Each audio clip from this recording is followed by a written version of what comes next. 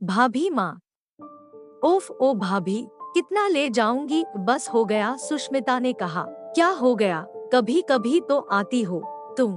इनकी भाई होती तो आधा हिस्सा लेती कि न लेती। पर भाभी, भैया इतने कर्जे में हैं। आप लोगों का इतना प्यार मिल रहा है, वही बहुत है मेरे लिए। सुष्मिता 1 वर्ष बाद आई थी।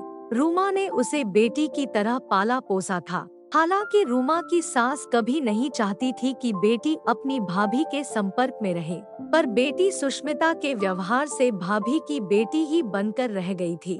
आज 1 सप्ताह रहकर बेटी पुनः अपनी ससुराल जा रही थी। बहू, जा किचन में जा, दूध उबाल पर है।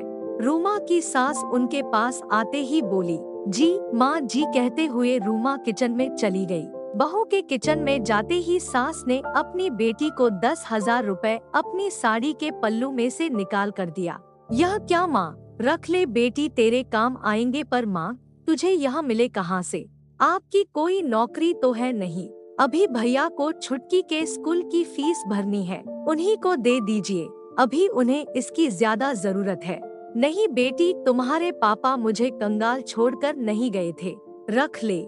और जबरन बेटी के हाथ में रुपयों ठूंस कर चली गई। बेटी सुष्मिता को पिछले महीने का भाभी का फोन याद आया।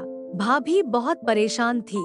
भैया को सैलरी मिली थी और उसमें से 10,000 रुपए घर में से गायब हो गए बता रही थी। उसने कुछ सोचा, वह होले से मुस्कुराई और किचन की तरफ चल पड़ी। अच्छा भाभी, मैं चली।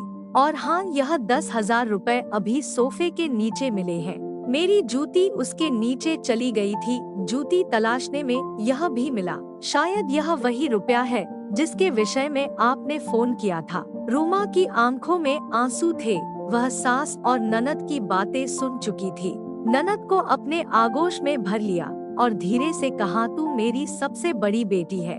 ननद भाभी दोनों मुस्कुरा पड़ी। सच है, जीवन का यह भी एक सुंदर रूप है। आशा करती हूँ कि ये कहानी आपको पसंद आई होगी। इस कहानी पर आपकी क्या राय है, हमें कमेंट करके जरूर बताइए। कहानी पसंद आई हो तो लाइक और शेयर करना बिल्कुल भी ना भूले। चैनल पर नए हो तो चैनल को सब्सक्राइब जरूर कीजिए।